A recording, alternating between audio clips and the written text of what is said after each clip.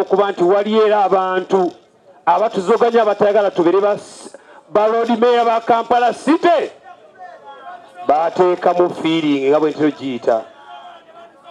Naye nze nga Ssaabalwanyi mpamu omukisa njigereko n'abakwano bange nti naye nze nga Ssaabalwanyi nga bwe nabagambira dda nti nze bampita Mr. Solutions. Era olunaku lwaleero tuli wano. Bakama bange abali wano mwebale kubeera bantu bavumu. Mwebale kukomawo olunaku lwaleero kuba nina bakwano bange abamu baatidde okukomawo.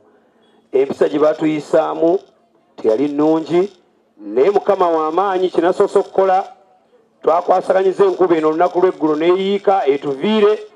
Olwaleero twetaayaaye. Tumanyi lwaki wano bayitibwa Namirembe.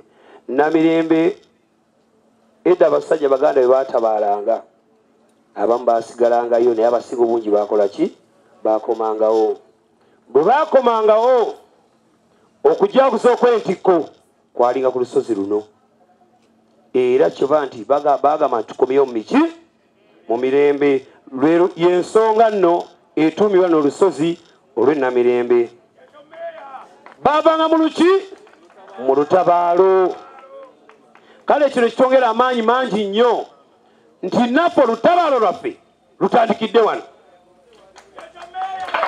Bakansala task force bakwano mbeegayiridde n'olugendo si lwa kusuubiza abantu tutuuke ate tukwate mu makooti nja tutambule ffenna nga tulina amazima. Ni plani yo.